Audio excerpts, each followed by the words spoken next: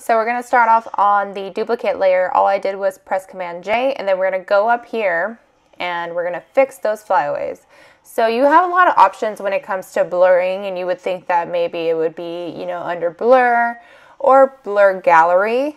And you can see here that, you know, you have all these options.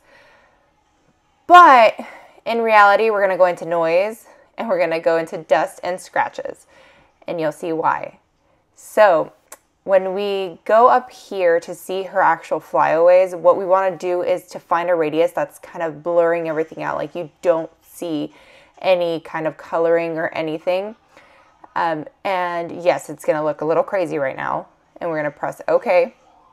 We're going to add a layer mask to it, and we're going to invert that. All I did was hit Command I, and then you're going to go ahead and you're either going to paint that on, or what I like to do is I like to grab my magic wand tool and select just around her hair and anything in the background.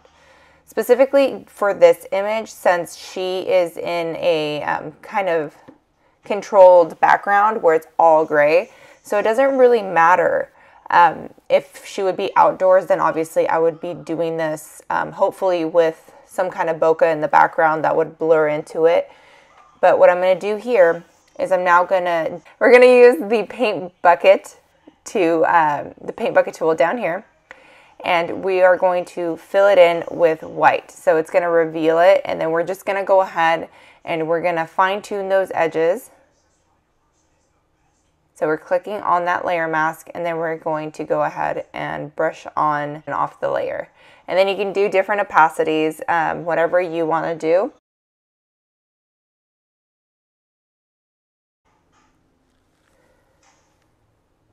So in the end, what you're going to be left with is a smoothed out background and no flyaways.